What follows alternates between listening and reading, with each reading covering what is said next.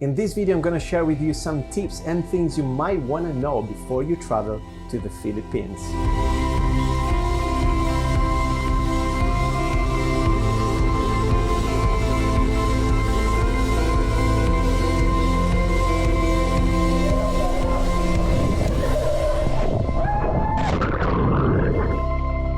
Hello there, welcome to a new video. I was in the Philippines for my third time in November 2023, and I'm gonna share some tips and things that might help you to make your journey better. Let's talk about seasons. First of all, you have to know in the Philippines there are only two main seasons, dry and rainy seasons.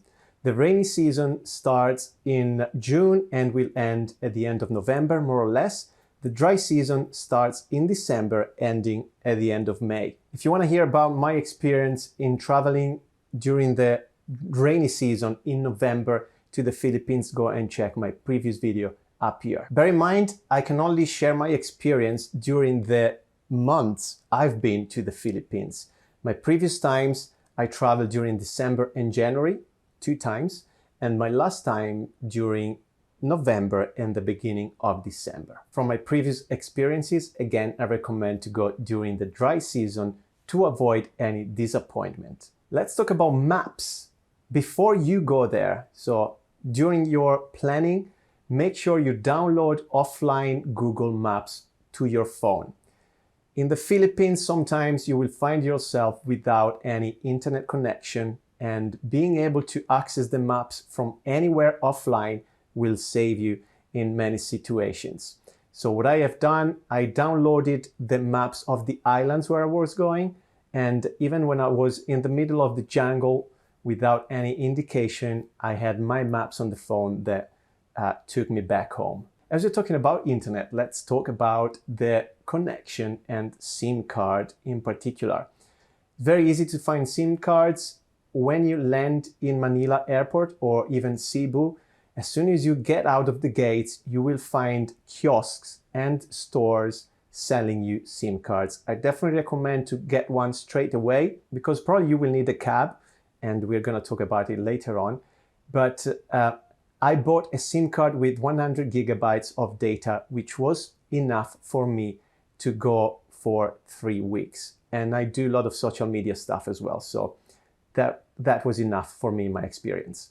Talking about money, I brought some cash with me, the equivalent of £300. Of course, that wasn't enough for 3 weeks in the Philippines, but I found cash machines everywhere on the islands, in particular on the main touristy spots like El Nido in Palawan, Coron, but also in Cebu, Bohol. So in this area, it was really easy to find cash machines. I struggled a little bit on the island of Cebu in the area of Alegria because there's not many tourists there. It's still not developed for tourism. So I had to travel with my scooter a little bit before finding a cash machine. I have a Revolut card, which is like an online banking. It's a prepaid card, so I can top it up from my main bank account, and I can withdraw money from all the cash machines and also pay with the card, with a Visa card. It's a debit card, and I don't get charged if I pay by card, which actually I do if I pay with my Lloyd's, which is a bank actual Visa card. Every transaction anyway in terms of withdrawing money goes from 250 to 350 Filipino pesos, which were at the time around £4 British pound. Languages. Well, most of the Filipinos speak amazing English. That's something really I envy you guys from the Philippines. Thank you. And it makes everything easier, of course, if you speak English. My advice anyway is to learn a bit of words of Tagalog, which is the main language of the Philippines. First of all, to communicate, with the locals, which is always great. They will appreciate it a lot as well. Just the main words, thank you, welcome, and all these small things. Second, I think it's a great way to respect and appreciate a culture. So whenever I travel, I try to learn a few words just to show my interest and respect to the people living there. And the third reason, which is quite important to me anyway, is because if you show that you can speak a few words, they might think that you can understand Tagalog. So you can avoid some scams as well, certain time. That's what I've realized. So that's a tip. Clothing and accessories. So what I brought, in particular in the month of November, to the Philippines. Bear in mind, in some places there are a lot of mosquitoes. So if you don't mind wearing insect repellent, just bring it with you. I don't like to put that stuff on my skin, so I didn't wear any, and my legs were bitten big time in certain places. So another piece of kit I brought with me were long hiking trousers that could actually cut at the knee level just to make it shorter. So if you have those trousers, I recommend to bring it along. Definitely bring with you a dry bag. That can save your, if you have camera gear, for example, very useful, because you can get caught in the rain, but also if you do island hopping tours and different tours, water activities, it's top and it's needed. Also maybe a cover, one of those waterproof covers for your phone. A poncho was very helpful to me as well, because I got caught in a storm as I was riding a scooter, but also I was actually wrapping my rucksack full of camera gear with the poncho during the rain. Very helpful again. And it's also nice to protect you from maybe cold breeze in the early morning or late evening if you're riding a motorbike. Aqua shoes. They were key for my 3 weeks in the Philippines to protect my feet from the bottom of the sea, which is full of corals and sea urchins and spiky rocks. I was wearing these shoes every day, all day, apart from the evenings when I was actually wearing trainers. I brought with me only one pair of trainers and used them for 3 weeks in a row in the evening time. A beach towel, which I was literally carrying in my bag just to go out in the daytime. And then I had a smaller towel for the shower, but actually all my accommodations were giving me a towel, so I didn't really need to carry an extra towel. So that's up to you if you want to carry 2 or 1. T-shirts, I had 4 casual t-shirts and 2 lycra surf t-shirts that I was wearing during the day as well, because when the sun is out it can burn your skin, and I was just wearing them also when I was swimming and doing water activity just to protect me, and actually they keep you cool a little bit if they're wet. I had a couple of swimming trunks, sunglasses, a cap to protect me from the sun, and also a bandana which I was wearing every time I was riding a motorcycle, and also when I was hiring a tricycle, but also in the big cities because the pollution is mad and the stuff you breathe is gonna kill you. So that's a big advice. Bring a mask or a bandana. If you're wearing sun cream and after sun cream, just take it with you. It's going to be helpful again to protect you from the powerful sun rays. If you're going to hostels and you're sharing rooms with someone else who you don't know, I recommend to bring earplugs. I was in a hostel for 3 nights with people I didn't know, and again, they can save your sleep. If you are a light sleeper, as I am, bear in mind some places don't have toilet paper. So bring some tissues with you the whole time. That's what I do. And also some toilets there don't have the flash. Most of the toilets have what they call bum gun, which is literally a gun that sprays water just to clean yourself. But I found some toilets without even the bum gun. So you want to have your tissues with you. And also, in some places, you won't be able to throw the tissues inside the toilet, but there's a bin provided next to the toilet. That's where the paper goes. Camera gear. If you are a vlogger, filmmaker, whatever, photographer, as I am, and you want to bring some gear, go and check my video right there where I share my experience in those terms. But bear in mind, there's a lot of humidity, and in some cases, my lenses were completely steamed. So it took me a while before I could actually film and take photographs, especially in the morning. If you want to take a drone to the Philippines, go and check my other video up here. And my advice is, if you can, bring your drone, because the places seen from above, certain places are stunning and much better than seeing from the ground level. And also you can explore more and see things other people don't see. Traveling around, transportations. There are different ways of transportations in the Philippines. I would start with the app Grab, which is like Uber. Basically, you can hire a taxi through the app. So you want to download it before you reach the Philippines. I recommend it especially when you land in Manila to go to your first accommodation if you're staying in Manila or Cebu City. Bear in mind that Grab doesn't work, or at least it didn't work when I was there, from Cebu City to go to Mall Bohol. So I had to get a private taxi, which cost much more money. We talked about taxis. There you go. You got taxis everywhere. They are more expensive than Grab. And also make sure, if you get a taxi, to trade your ride before you go. So make sure you know the price and the final cost before you arrive to destination, because you might get overcharged. Jeepneys. Jeepneys is a vibrant way to travel. They are basically buses built from jeeps. They come from back when the American Army was in Manila and the Philippines. They're very noisy, they pollute a lot, but they are the buses that the locals actually get to travel through the cities. I never got one, but they are cheaper than any taxi, so it's up to you. You can try one. Tricycles. Wherever you go in the Philippines, you will find tricycles. Again, very noisy, full of character, and fun to use as well. You will get a driver that will take you everywhere for shorter distances for a cheaper price. Then scooters, of course, which I recommend if you want to explore. I love this stuff.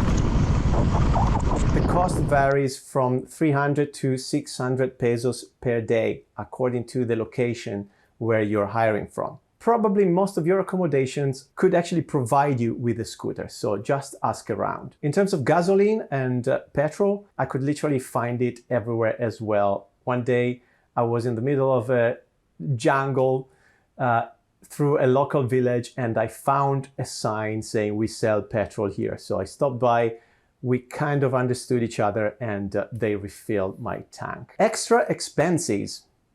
Keep in mind, for most of the places you will visit and the different areas, you will have to pay an environmental fee. The fee varies from 150 to 250 pesos, more or less, if I remember well. I think that's for keeping the environment clean.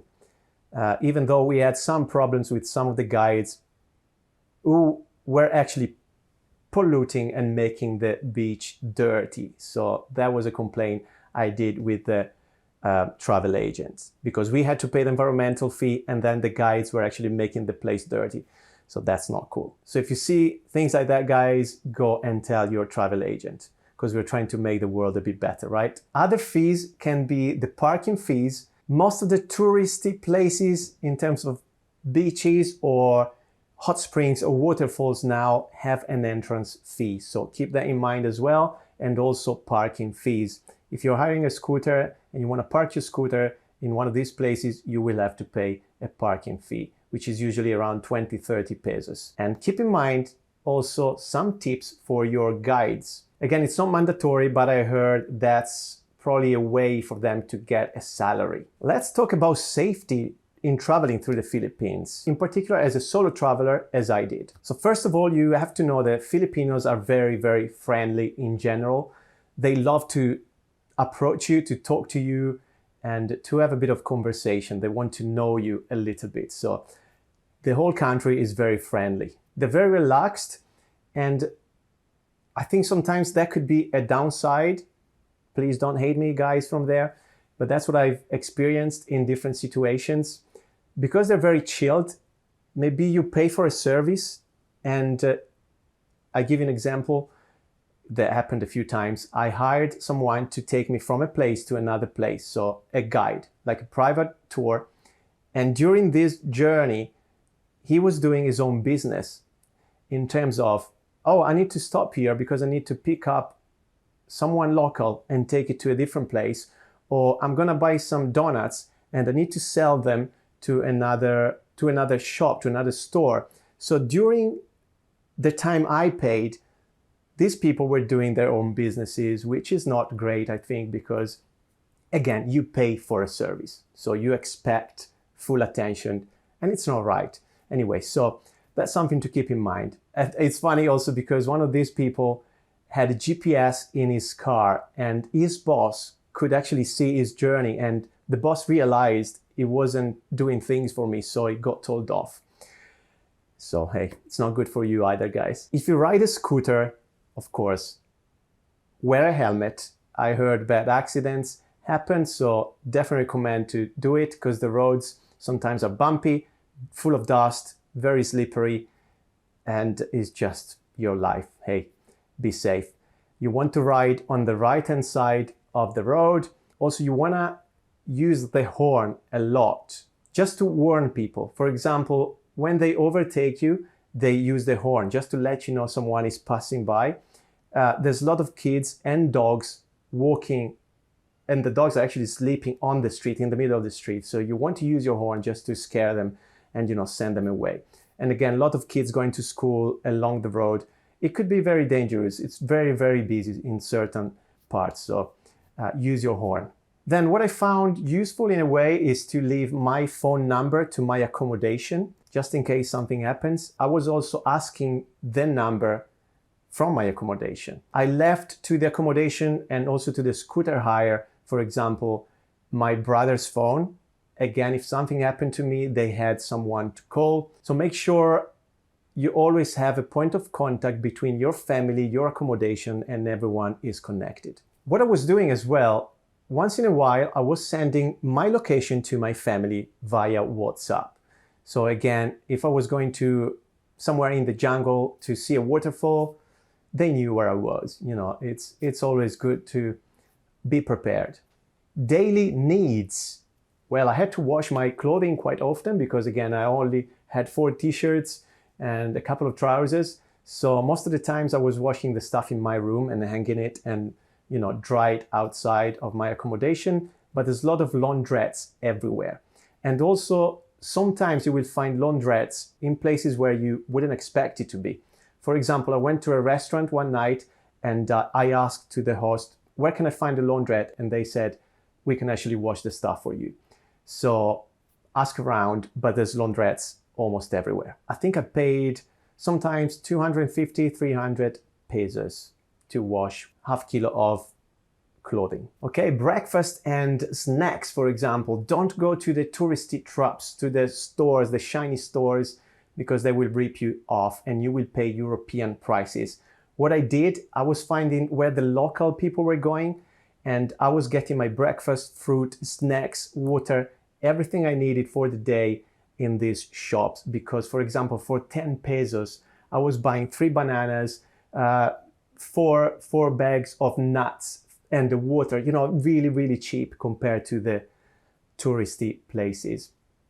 Also restaurants, same things. If you ask to the locals, where can I eat Filipino, you know, traditional Filipino food, you will pay 1/10 of the price you would pay in a touristy trap. Even though sometimes I really fancy the pizza. So generic things to know before you travel.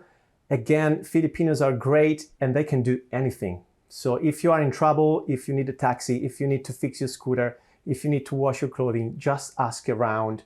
They would know an answer for you or they would know someone who can do that for you. So just don't be scared to ask them. Some advice here as well, if you are traveling, for example, for 3 weeks, have some days of rest.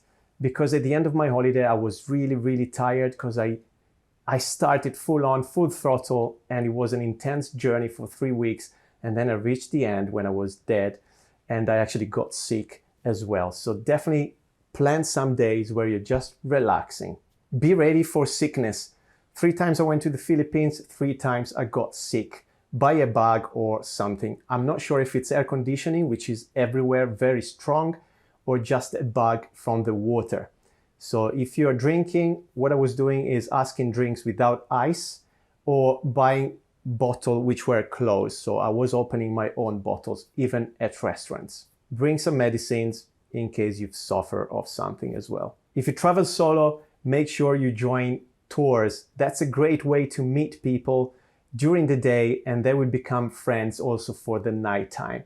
Sometimes I was on my own, I didn't meet people, and you just feel lonely, because traveling solo can be actually lonely sometimes. So join the tours. Another thing I would advise, hire the scooter, enjoy the journey, explore, meet people, talk to the locals. That's the best way to travel and to experience a culture and the country. My best experiences when traveling are because I hired a scooter and explored. Where to go in the Philippines? For this subject, I have a specific playlist of vlogs, so go and check them out because I've traveled a few of the islands of the Philippines. Go and check my videos. Anyway, my big tip is if you go to Manila, don't stay too long. One day is enough. Go straight to your islands. There you go. I hope this video helped out.